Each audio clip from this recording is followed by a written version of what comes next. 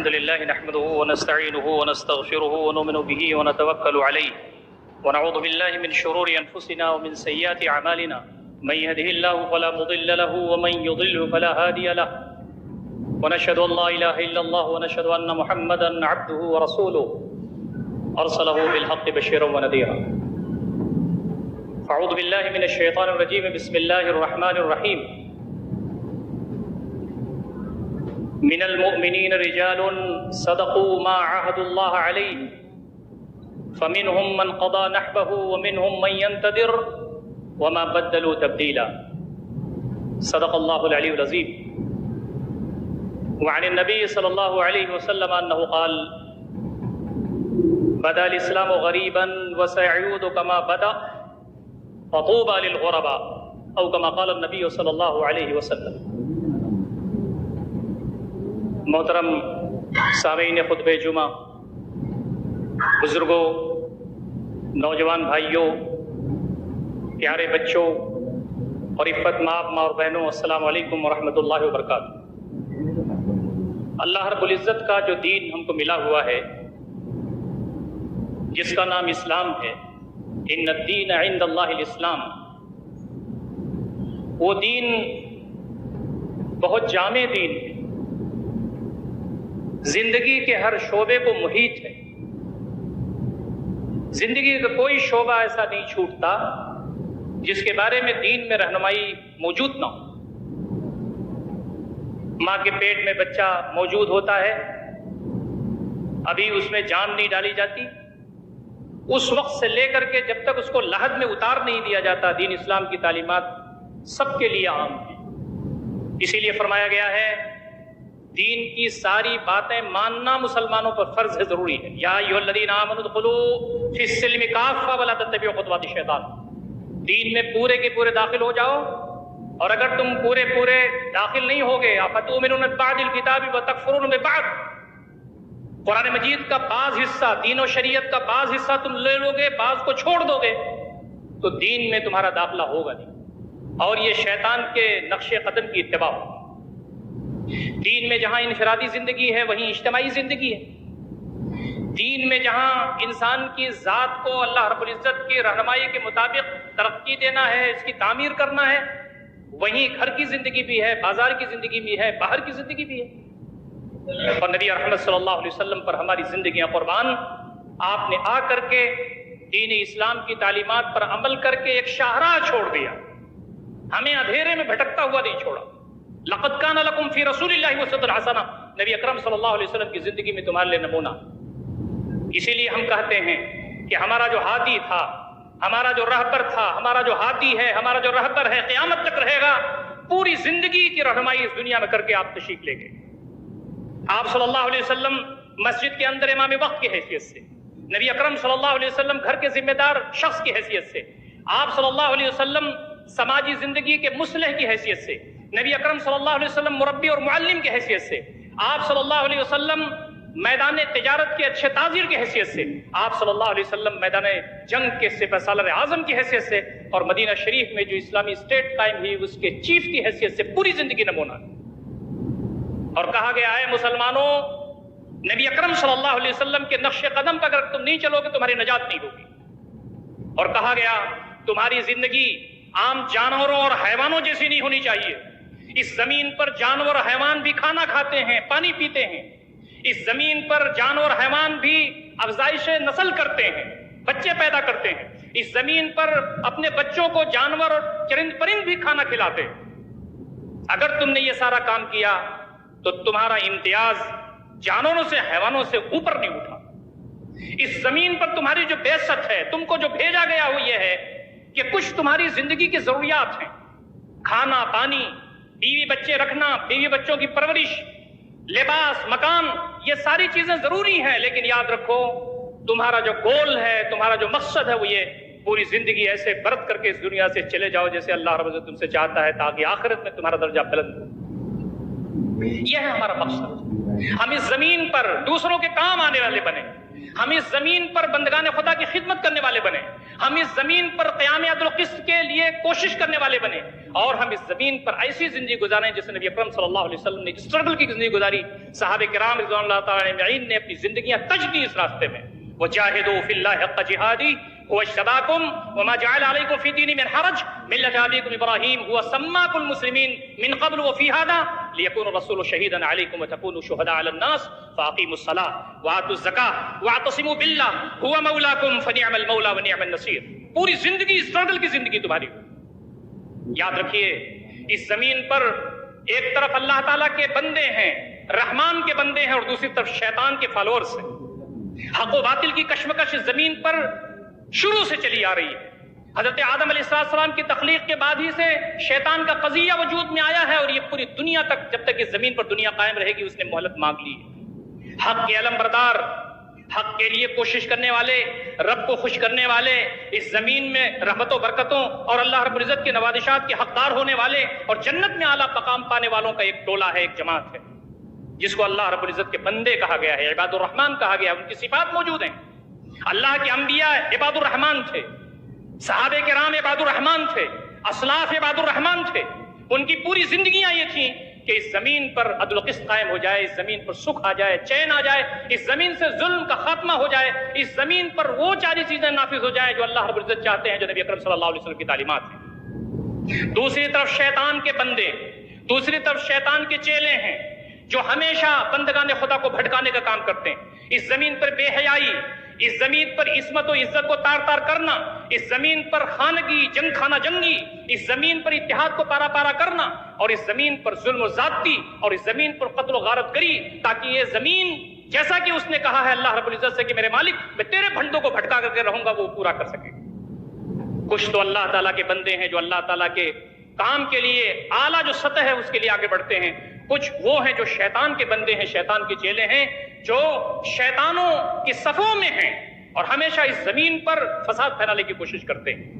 دوستو اور ساتھیو، فرمایا بندو اللہ رب العزت کی بندگی اور اللہ رب العزت کی زمین پر اللہ رب العزت کے بتائے ہوئے نظام کے قیام کے لیے کوشش کرو۔ وسارعوا الی مغفرۃ من ربکم، اپنے رب کی مغفرت کے لیے دوڑو، آگے بڑھو، یہ تمہارا میدان، اعلیٰ درجات ہیں اللہ رب العزت کے ہاں تمہارے لیے۔ جس کی زندگی اسٹرگل میں گزرے گی، توانائی میں گزرے گی، مشقت میں گزرے گی، اللہ تعالیٰ کے دین کے غلبے کے لیے گزرے گی، اس کا درجہ بلند ہے۔ اسی لیے فرمایا کہ سب سے اعلیٰ مقام شہید کا ہوتا ہے۔ شہید کون ہوتا ہے؟ شہید وہ ہوتا ہے جو گواہی دیتا ہے میرے مالک میں نے اپنی پوری زندگی کے ساتھ یہ گواہی دے دی کہ تو برحق ہے، اور یہ کائنات ایک دن ختم ہونے والی ہے، سارے بندگان خدا تیرے سامنے حاضر ہوں گے اور تو حساب لے گا، جنت ہوگی جہنم ہوگی، تو جس سے خوش ہو جائے گا اس کا کیا پوچھنا۔ شہید اپنی گردن کٹا دیتا ہے، شہید اپنی زندگی لگا دیتا ہے، اور شہید اس زمین پر اللہ رب العزت کے دین کے قیام کے لیے اور اس کے اسٹرگل کے لیے اپنی اعلیٰ طاقتیں جھونک دیتا ہے۔ نبی اکرم صلی اللہ علیہ وسلم فرماتے ہیں قیامت کے دن شہداء کا جو مقام ہوگا وہ غیر معمولی اہمیت کا حامل ہوگا۔ بہت سارے ایسے بندگان خدا ہوں گے جس پر رش کریں گے دیگر نیک لوگ، ان میں شہداء بھی ہوں گے۔ اللہ رب العزت جنتیوں سے کہے گا میں نے جو تم سے وعدہ کیا تھا وہ اسی جنت مل گئی؟ جنتی کہیں گے میرے مالک جو کچھ ہم سوچ بھی نہیں سکتے تھے وہ مل گیا۔ ما لا عین رأت ولا اذن سمعت ولا خطر على قلب بشر، نہ کسی آنکھ نے اس کو دیکھا، نہ کسی کان نے سنا، نہ کسی کے دل پر گمان گزرا، وہ نعمتیں مل گئی میرے مالک۔ اللہ رب العزت فرمائے گا کیا دنیا میں جانا چاہتے ہو؟ وہ کہے گا نہ، اب دنیا میں جانا نہیں چاہتا۔ لیکن شہید کو اللہ رب العزت جو درجہ دے گا قیامت کے دن جنت میں، شہید سے اللہ تعالیٰ پوچھے گا کیا دنیا میں جانا چاہتے ہو؟ شہید کہے گا میرے مالک ایک مرتبہ نہیں میں 10 مرتبہ دنیا میں جانا چاہتا ہوں، تو نے اتنا رتبے بلند مجھ کو دے دیا ہے، ہاں مجھے اس کا گمان نہیں تھا، میں چاہتا ہوں دنیا جاؤں پھر شہید ہوں اور پھر آؤں، پھر دنیا میں جاؤں پھر شہید ہوں پھر آؤں۔ یہ رتبے بلند ملا جس کو مل گیا، یہ عام لوگوں کے حق میں نہیں آتا، جن کے دل کی رگوں کی گہرائیوں میں وحدہ لا شریک پر عزم لا متزلزل ہوتا ہے، جو اللہ رب العزت پر یقین رکھتے ہیں ایسے ہی جیسے سورج نکلا ہوا ہے، جو آخرت میں جواب دہی کے احساس کے لیے تصور رکھتے ہیں ایسے ہی جیسے پنکھا چل رہا ہے، جو آخرت میں کامیابی ناکامی کے تصور پر ان کا ایمان ایسے ہی ہے جیسے دن رات آتے ہیں اور جاتے ہیں۔ تو فرمایا یہ درجہ عظیم الشان ہے، ہر زمانے میں اللہ تعالیٰ کے نیک بندے رہے ہیں اور انہوں نے اللہ رب العزت کے دین کے راستے میں اسٹرگل کی. کتنے انبیاء کو شہید کر دیا گیا. نبی اکرم صلی اللہ علیہ وسلم اپنے ساتھیوں سے، صحابہ کرام رضوان اللہ تعالیٰ اجمعین سے بیان کرتے ہیں، میں ایک نبی کو دیکھ رہا ہوں، اس کی قوم نے ان کو اتنا پیٹا، اتنا مارا کہ جسم سے خون نکلنے لگا. اپنے چہرے سے خون کو پوچھتے جاتے ہیں اور کہتے ہیں اے میرے مالک میری قوم کو ہدایت دے دے، یہ نہیں جانتی کہ ہدایت کیا ہے، گمراہی کیا ہے، اللہ رب العزت کا راستہ کیا ہے. نبی اکرم صلی اللہ علیہ وسلم کا انداز بیان ایسا تھا، راوی بیان کرتے ہیں جیسے نبی اکرم صلی اللہ علیہ وسلم ان نبی کو دیکھ رہے ہیں اپنی آنکھوں سے. کتنے انبیاء کو شہید کر دیا گیا اس زمین پر. انبیاء شہید کیے گئے، صحابہ کرام شہید کیے گئے، صلحائے امت شہید کیے گئے. کیوں؟ اس زمین پر اللہ کے کلمات کا اور اللہ رب العزت کی تعلیمات کا راج ہو. وہ جھکے نہیں، وہ کسی قسم کے ان کے پائے ثبات میں لغزش نہیں آئی اور وہ ڈٹے رہے، جمے رہے. ان کے سر کو جدا کر دیا گیا، ان کے قدموں پر ڈال دیا گیا، لیکن کوئی جھکایا نہیں سکتا. قرآن مجید میں فرمایا گیا ہے اللہ کے نبی صلی اللہ علیہ وسلم فاصبر کما صبر اولو العزم من الرسل، آپ ویسے ہی جم جائیے جیسے آپ سے پہلے اولو العزم پیغمبر جمتے رہے ہیں. آپ کا یہ شیوا ہونا چاہیے. مجھے تو بار بار صحابہ کرام میں سے بہت سارے لوگوں کا یہ واقعہ یاد آتا ہے.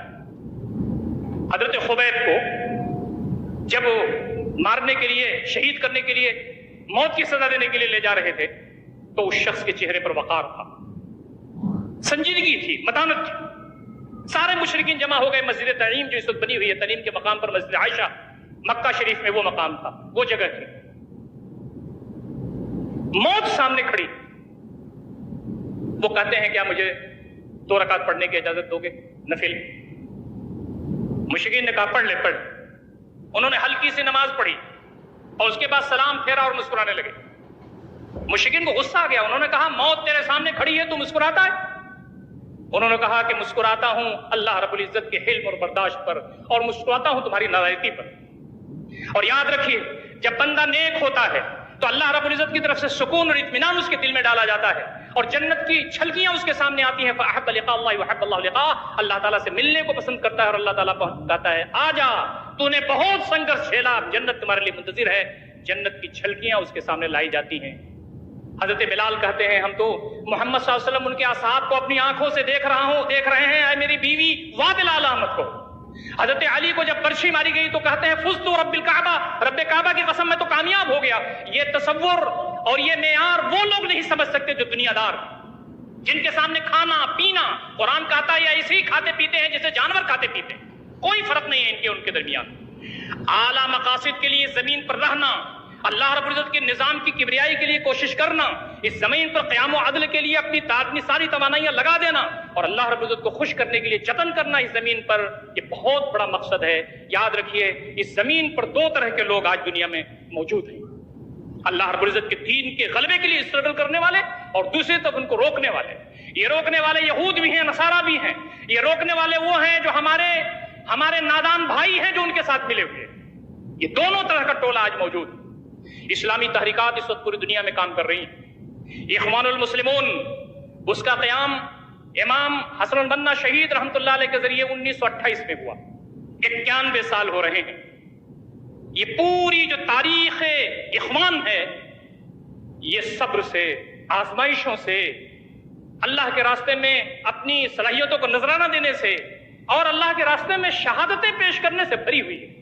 اور انہوں نے صرف مردوں پر ظلم نہیں کیا، انہوں نے مردوں کو عذاب خانے میں نہیں ڈالا، انہوں نے صرف مردوں کو شہید نہیں کیا بلکہ خواتین جو صرف نازک ہیں ان کے ساتھ بھی انہوں نے ناروا شروع کی، جیلوں میں ڈال رکھا، اذیتیں دیں، پریشان کیا. اور بعض ساری تو خواتین شہید بھی، ہزاروں کی تعداد میں شہداء ان کے پاس موجود. ان کا مقصد کیا ہے؟ ان کا جو مقصد ہے وہ یہ ہے اللہ غایتنا، اللہ رب العزت ہمارا مقصود ہے اور وہی ہمارا سب کچھ ہے. الرسول قدوتنا، نبی اکرم صلی اللہ علیہ وسلم ہمارے رہبر ہیں اور ہمارے لیڈر ہیں. القرآن دستورنا، قرآن مجید ہمارا دستور عمل ہے. یہ قرآن مجید جو اللہ رب العزت نے 23 سال کی مدت میں نبی اکرم صلی اللہ علیہ وسلم پر نازل کیا، یہ ہے ہمارا زندگی گزارنے کا طریقہ، اس کے مطابق ہماری زندگی گزرے گی. اور سب سے آخری بات یہ الموت فی سبیل اللہ اسمى امانینا، اللہ کے رب العزت کے راستے میں مر جانا یہ ہماری سب سے بڑی آرزو، تمنا. یہ جو اعلیٰ مقاصد ہیں اس کے لیے اقوام المسلمین پوری دنیا میں کام کر رہی ہے. اور ان کا کام زور زبردستی سے نہیں ہے، ان کا کام توڑ پھوڑ سے نہیں ہے، تشدد سے نہیں ہے، یہ تو پروپیگنڈا ہے پوری دنیا میں۔ حسن البنا شہید رحمۃ اللہ علیہ نے اپنے بہت سارے رسالوں میں لکھا ہے، انہوں نے لکھا ہمارے ساتھ جو لوگ شامل ہیں ان کو معلوم ہونا چاہیے یہ راستہ بہت پرپیچ ہے اور بڑا لمبا ہے، جو لوگ شارٹ کر راستہ چاہتے ہیں آج ہی سے ہمارا راستہ چھوڑ دیں۔ آپ نے دیکھا انہوں نے فلسطین کی لڑائی بھی لڑی، آپ نے دیکھا انہوں نے ظلم کے خاتمے کے لیے لڑائی لڑی، آپ نے دیکھا انہوں نے مصر عزیز کو بہتر کرنے کی لڑائی لڑی۔ خدمت خلق کا کام ہے، لوگوں کے ساتھ اچھا برتاؤ ہے، یہ سارا کام وہ کرتے رہے ہیں، اور اس کے باوجود بھی آپ دیکھیں کہ آج جیلوں میں وہ موجود۔ آپ اندازہ کیجئے جیلوں میں موجود جو لوگ ہوتے ہیں ان کی یہ حق ہوتا ہے کہ ان کو کھانا ٹھیک سے ملے، وہ اگر بیمار ہیں ان کو دوا ٹھیک سے ملے، وہ اگر بیمار ہیں تو ان کی نگہداشت ٹھیک سے ہو، اور ان کے گھر والوں سے ان کو ملان دیا جائے۔ مصر ایک مسلمان ملک ہے، لیکن آپ جانتے ہیں کہ اس کے ہاں جو کچھ بھی اخوانیوں کے ساتھ ہو رہا ہے وہ کیا ہے۔ اللہ رب العزت امام مرسی صاحب پر اپنی نعمتوں کی بارش کرے اور ان کی قبر کو نور سے بھر دے۔ آپ کو معلوم ہے، ہم اس کی ڈیٹیل میں جانا نہیں چاہتے، جب وہ آدمی بے ہوش ہو کر کے گر پڑا تو 3 گھنٹے تک اسے کوئی دوا نہیں دی گئی۔ آپ کو معلوم ہے جس شخص کو شوگر پیشنٹ کا اگر وہ بے ہوش ہو جائے اور کچھ دیر تک اس کا علاج نہ ہو تو اس بات کا خطرہ ہوتا ہے کہ اس کا برین ڈیڈ ہو جائے۔ 3 گھنٹے تک کسی کو ڈالا جا سکتا ہے؟ دنیا کے وہ عالم بردار جو سمجھتے ہیں کہ جمہوریت ہی علاج ہے پوری دنیا کا، ہم سمجھتے ہیں کہ شورائیت علاج ہے، ہم سمجھتے ہیں کہ خلافت علاج ہے، ہم سمجھتے ہیں کہ پوری جمہوریت کی جتنی بھی خوبیاں ہیں سب اسلامی تعلیمات میں موجود ہیں، اور جمہوریت کی جتنی بھی جو اس میں نامناسب چیزیں ہیں اس کو اسلام نکال دیتا ہے۔ ان کے اپنے طریقے سے وہ شخص جو منتخب ہوا، پہلی مرتبہ مصر کی تاریخ میں منتخب ہوا، اور ساری ریشہ دوانیاں کر کے انہوں نے اس کو جیل میں ڈال دیا۔ تو صورتحال یہ ہے کہ اب وہ شہید ہو گئے، حسن البنا شہید رحمۃ اللہ علیہ کے صف میں داخل ہو گئے، وہ سید قطب شہید رحمۃ اللہ علیہ کے صف میں داخل ہو گئے۔ فی ظلال القرآن جن لوگوں نے پڑھا ہے قرآن مجید کی وہ تفسیر جس میں انقلابیت ہے اور جس میں آخرت کا تصور ہے اور جس میں دنیا کو برتنے کا تصور ہے اور جس میں اس دنیا کو جنت نشان بنانے کا تصور ہے اور جس میں اللہ رب العزت کے سامنے سرخرو ہونے کا تصور ہے، عظیم تفسیر، اس شخص کو انہوں نے مار ڈالا۔ وہ کہتے تھے معافی مانگ لو، تو وہ کہتے تھے معافی کس چیز کی مانگو، میں نے کیا کیا؟ اگر اللہ رب العزت کا نام لینا گناہ ہے تو میں اس کو لیتا رہوں گا، معافی نہیں مانگتا۔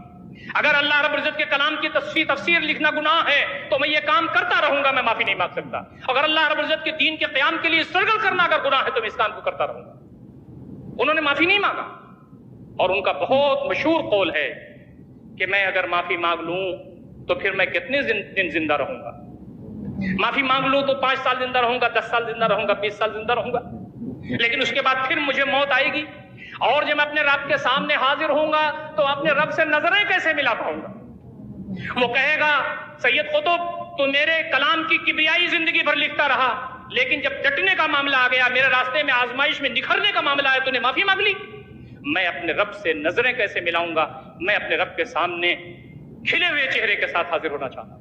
اور انہوں نے پھانسی کے پندے کو چوم لیا۔ دوستوں اور ساتھیوں، ہم سمجھتے ہیں کہ یہ جو پورا اسٹرگل چل رہا ہے اس میں یہودی آگے آ گئے، اس میں عیسائی آگے آ گئے ہیں، اور انہوں نے کوشش اس بات کی ہے کہ مسلمانوں کا جو امتیاز ہے وہ ختم ہو جائے، قرآن مجید کی جو تعلیمات ہیں وہ اس زمین پر نافذ ہونے نہ پائیں، نبی محترم صلی اللہ علیہ وسلم کی جو زندگی ہے اس سے لوگ فیضان نہ ہونے پائیں۔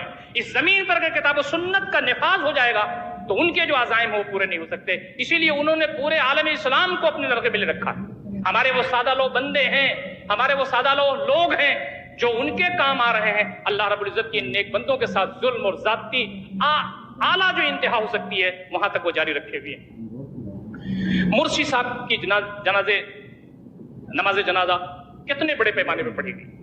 کیا کہا گیا؟ جب حسن البنا شہید رحمۃ اللہ علیہ کو شہید کیا گیا، گولی ماری گئی ان کو، تو کہا گیا کہ کسی کو جنازے پڑھنے کی اجازت نہیں۔ کیا اسلامی تعلیمات یہی ہیں؟ نظریاتی اختلافات ہو سکتا ہے آپ کا اور میرا نظریاتی اور سوچ کا اختلاف ہو سکتا ہے، لیکن کیا آدمی یہاں تک گر جائے گا کہ آدمی جنازے کی نماز پڑھنے نہ دے، اہل خانہ کو لاش نہ سپرد کرے؟ حسن البنا شہید رحمۃ اللہ علیہ کے بارے میں آتا ہے کہ کہا گیا کوئی جنازہ نہیں پڑھے گا۔ وہ بوڑھا باپ اس نے کندھا اٹھایا اور گھر کی خواتین نے کندھا اٹھایا۔ آپ بتائیے اس زمین پر اس سے بڑا ظلم کوئی ہو سکتا ہے؟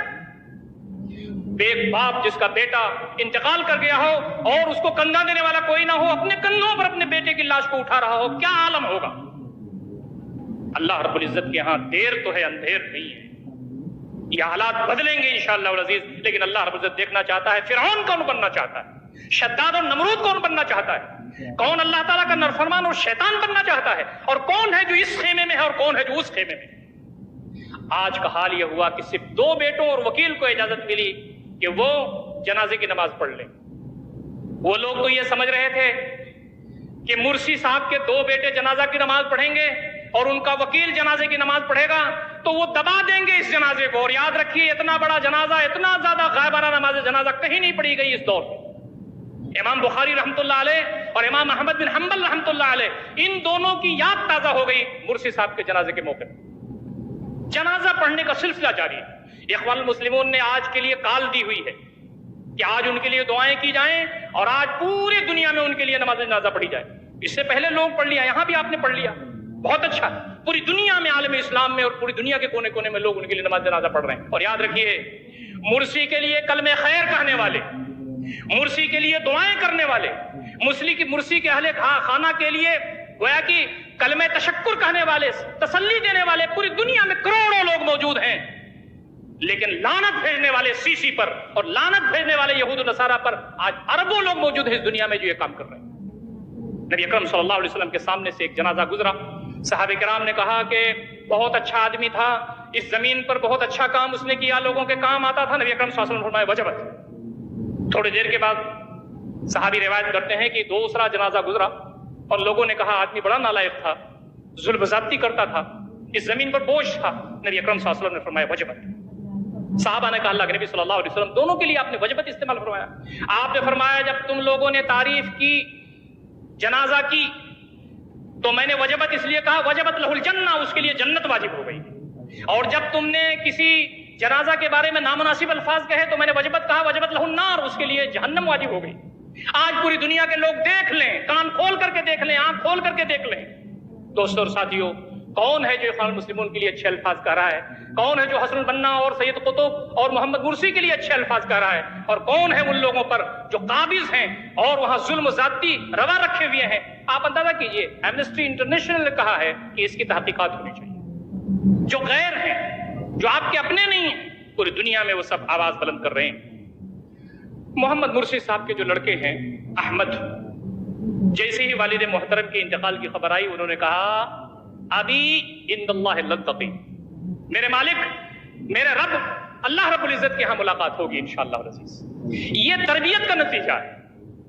ہماری ذمہ داری یہ بنتی ہے کہ اپنے بیٹے کی، اپنی بیوی کی، اپنے بچوں کی تربیت ایسے کریں کہ ہم سب ایک راستے کے راہی ہیں، اور جب بھی ہمارے درمیان کوئی دین اسلام کے راستے میں اسٹرگل کرتے ہوئے کامیاب آ جائے تو رونا نہیں ہے، پریشان ہونا نہیں ہے۔ ہمارا تو ایمان ہی ہے کہ سب وہیں پہنچ رہے ہیں اللہ رب العزت کے ہاں، کوئی آگے کوئی پیچھے۔ میرے ابو جان، بہت ظلم آپ پر ہوا، جو کچھ ہوا اب آپ کو راحت مل گئی، یہاں کے تعذیب خانے سے نکل کر کے آپ اللہ رب العزت کی جنت میں اعلیٰ مقام پر چلے گئے، اور وہاں رو ہے، ریحان ہے، اور اللہ رب العزت کی نعمتوں کی بارش۔ تو بیٹے نے کیا کہا؟ ابھی عند اللہ نلتقی، ہم اللہ رب العزت کے ہاں ملاقات ہماری ہو۔ اور بیوی نے کیا کہا؟ ان کی جو بیوی ہیں انہوں نے کہا کہ ہم یہ جو نامناسب اور ظالم اور جابر لوگ ہیں ان سے ہم بھیک نہیں مانگ سکتے کہ ہمارے شوہر کا جنازہ دے دیں، نہ، یہ اس مشن کے خلاف ہے۔ وہ ہمارے شوہر جس عظیم کام کے لیے اس زمین میں کام کر رہے تھے اس مشن کے خلاف ہے، اس کام کی عظمت کے خلاف ہے کہ میں ان ظالم اور جابر لوگوں سے یہ کہوں کہ ان کے جنازے کو ہم کو دے دو اور ہم نماز جنازہ پڑھنا چاہتے ہیں۔ نہیں، ایک آدمی پڑھے، 2 آدمی پڑھے، 1000 آدمی پڑھے، میرے شوہر اس راستے میں شہید ہو گئے جو اللہ رب العزت کا عظیم راستہ ہے۔ تو دوستوں اور ساتھیوں، اس سے ہمیں یہ سبق ملتا ہے، یہ زمین کھانے پینے والے کے لوگوں کے لیے نہیں ہے، یہ زمین گھر بنانے والے لوگوں کے لیے نہیں ہے، یہ زمین اللہ تعالیٰ کے نیک بندوں کے لیے ہے جو اللہ رب العزت کے دین کے راستے میں اسٹرگل کرتے ہیں۔ آج ہماری ذمہ داری یہ بنتی ہے دوستوں اور ساتھیوں کہ ہم یہ دیکھیں کہ ہم کن لوگوں کے ساتھ ہیں۔ ہم حق پسندوں کے ساتھ ہیں، اللہ تعالیٰ کے دین کے راستے میں اسٹرگل کرنے والوں کے ساتھ ہیں۔ قرآن مجید کی ایک آیت ہے جو الارمنگ آیت ہے، اللہ تعالیٰ فرماتے ہیں یا الذین آمنوا لا تتخذوا اليہود والنصارى اولیاء، اے لوگوں جو ایمان لائے ہو یہودیوں اور عیسائیوں کو دوست نہ بناؤ، بعضهم اولیاء بعض، یہ آپس میں ایک دوسرے کے دوست ہیں، یہ تمہارے دوست ہو نہیں سکتے۔ اور آگے فرمایا وَمَن يَتَوَلَّهُم مِّنكُم، تم میں سے جو ان کو دوست بنائے گا فَإِنَّهُ مِنْهُمْ، وہ ان میں سے ہو کر کے رہے گا. إِنَّ اللَّهَ لَا يَهْدِي الْقَوْمَ الظَّالِمِينَ، اللہ رب العزت ظالم قوم کو پسند نہیں فرماتا. نبی اکرم صلی اللہ علیہ وسلم سے زیادہ کون رحمت والا ہو سکتا ہے؟ آپ سراپا رحمت للعالمین تھے. وَمَا أَرْسَلْنَاكَ إِلَّا رَحْمَةً لِلْعَالَمِينَ. آپ چاہتے تھے یہودی ایمان لے آئیں، عیسائی ایمان لے آئیں، لیکن صورتحال کہاں تک پہنچی؟ جو سعید روحیں تھی وہ دین کی طرف آ گئیں، لیکن جو آلموسٹ یہودی تھے، عیسائی تھے، وہ اللہ تعالیٰ کے دشمن بن کر کے کھڑے ہو گئے، جن کے ہاں خود موجود تھا کہ نبی اکرم صلی اللہ علیہ وسلم برپا کیے جائیں گے، آئیں گے. اللہ رب العزت نے آپ سے کہا لن ترضى عنك اليهود ولا النصارى حتى تتبع ملتهم. اے اللہ کے نبی صلی اللہ علیہ وسلم، نہ آپ سے یہودی خوش ہو سکتے ہیں، نہ آپ سے یہودی اور عیسائی خوش ہو سکتے ہیں. یہ دونوں تو آپ سے چاہتے ہیں کہ ہم خوش اسی وقت ہوں گے جب آپ یا تو یہودی ہو جائیں یا آپ خود عیسائی ہو جائیں. تو ہماری یہ ذمہ داری بنتی ہے کہ ہم اپنی جو وابستگی ہے اس کو طے کریں، اپنی جو ہماری جو دلچسپیاں ہیں وہ طے کریں، ہم کس کو بہتر سمجھتے ہیں اس کو طے کریں. اللہ رب العزت سے اپنے تعلق کو مضبوط تر کریں، وہی ہمارا سب کچھ ہے. فنعم المولا ونعم النصیر، کہ اپنا بہترین مولا ہے، کہ اپنا بہترین مددگار ہے، اس کے سامنے حاضر ہونا ہے. اللہ سے اپنے تعلق کو مضبوط کریں. یاد رکھیے جب اللہ تعالیٰ سے اپنے تعلق کو ہم مضبوط کریں گے تو اللہ تعالیٰ سینوں کے اندر اطمینان پیدا کرتا ہے، نور ڈالتا ہے. اور جب آدمی ادھر ادھر منہ مارتا ہوا چلتا ہے تو اس کو نہ تو سکون ملتا ہے، نہ اطمینان ملتا ہے، نہ اس کے دنیا کے مسائل حل ہوتے ہیں. تو ہماری ذمہ داری یہ ہے کہ اللہ تعالیٰ سے اپنے تعلقات کو مضبوط سے مضبوط تر کریں. یاد رکھیے اپنی صفوں میں اتحاد پیدا کیجیے. ہم چھوٹی چھوٹی چیزوں میں لڑ رہے ہیں، رفعین کے سلسلے میں، پیر ملانے کے سلسلے میں، آمین بالجہر کے سلسلے میں، قرأت خلف الامام کے سلسلے میں، اور بہت سارے فروعی چیز ہیں ہمارے درمیان جس کا مقام اسلام میں جڑ کی حیثیت کا، اصل کی حیثیت کا نہیں ہے، بلکہ وہ فروعی چیزیں.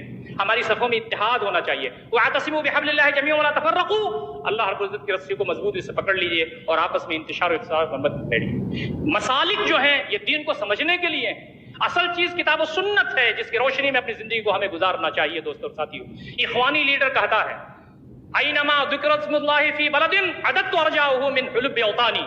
دنیا میں کسی کونے میں کہیں بھی اگر لا الہ الا اللہ محمد رسول اللہ پڑھا جاتا ہے، کوئی پڑھتا ہے، تو میں اس حصے کو اپنے وطن کا حصہ سمجھنے لگتا ہوں.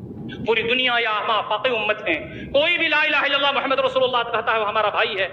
اعمال میں کمی ہے، کسی اور چیز میں کمی ہے، اس کی وجہ سے وہ ملت سے خارج نہیں ہے. دوستو اور ساتھیو، اپنی صفوں میں اتحاد پیدا کریں، ورنہ یہودیوں اور عیسائیوں کی اور حدتوا کا جو عزائم ہے وہ اس امت مسلمہ کو ختم کرنے کے عزائم ہیں. لیکن یاد رکھیے تحریکات اسلامی کے جیالے اس دنیا میں کھڑے ہیں، وہ اللہ تعالیٰ کے دین کے لیے کام کرتے رہیں. میں آخر میں صرف یہی بات آپ سے کرنا چاہتا ہوں، یہ کام جو ہے وہ عظیم الشان کام ہے. نبی محترم صلی اللہ علیہ وسلم تشریف رکھتے تھے، صحابہ کرام پروانوں کی طرح گھیرے ہوئے تھے. آپ نے کہا صحابہ سن لیجئے، آئندہ ایسا دور آئے گا جب دین اسلام پر چلنا ہاتھ میں انگارہ لینے کے مترادف ہوگا، دین کے لیے محنت کرنا، کوشش کرنا، اپنی زندگیاں داؤں پر لگانے کے مترادف ہوگا. میرے کچھ ساتھی پیدا ہوں گے جو اس وقت اللہ رب العزت کے دین کے غلبے کے لیے کام کریں گے. ایک صحابی نے پوچھا اللہ کے نبی صلی اللہ علیہ وسلم، ہم آپ کے صحابہ ہیں، کیا آپ کے ساتھی بعد میں بھی پیدا ہوں گے؟ نبی اکرم صلی اللہ علیہ وسلم فرمایا تم نے تو مجھے اپنی آنکھوں سے دیکھ لیا، تم میرے صحابی ہو، لیکن وہ میرے ساتھی جو بعد میں پیدا ہوں گے جنہوں نے مجھے اپنی آنکھوں سے نہیں دیکھا ہوگا لیکن میرے دین کے لیے اپنا سب کچھ جد دیں گے، ساری قربانیاں دیں گے میرے دین کے لیے، اس کو آگے بڑھانے کے لیے. اس وقت ان کی مخالفت کرنے والے دنیا میں ان پر ٹوٹ پڑیں گے. آپ نے فرمایا سنو، اس وقت ایک ایک آدمی کو 50 آدمیوں کے برابر ثواب ملے گا. ایک صحابی نے پوچھا اللہ کے نبی صلی اللہ علیہ وسلم، ان کے 50 آدمی کی ہمارے 50 آدمی؟ نبی رحمت صلی اللہ علیہ وسلم کی زبان سے نکلا تمہارے 50 آدمی. اللہ تعالیٰ سے دعا ہے کہ اللہ تعالیٰ ہمیں ان بندوں میں شامل فرمائے جو اس زمین پر اللہ رب العزت کی عظمت اور اس کی بزرگیائی کے سامنے کسی کو سامنے نہیں سمجھتے، جو اللہ رب العزت کے دین کی اسٹرگل کے لیے اپنا سب کچھ، اپنی ساری توانائیاں لگا دے رہے ہیں، اور جو یہ کہتے ہیں قل ان صلاتی و نسکی و محیایا و مماتی للہ رب العالمین. اللہ تعالیٰ ہم تمام کو ان صفوں میں شامل فرمائے، اور جب ہمیں موت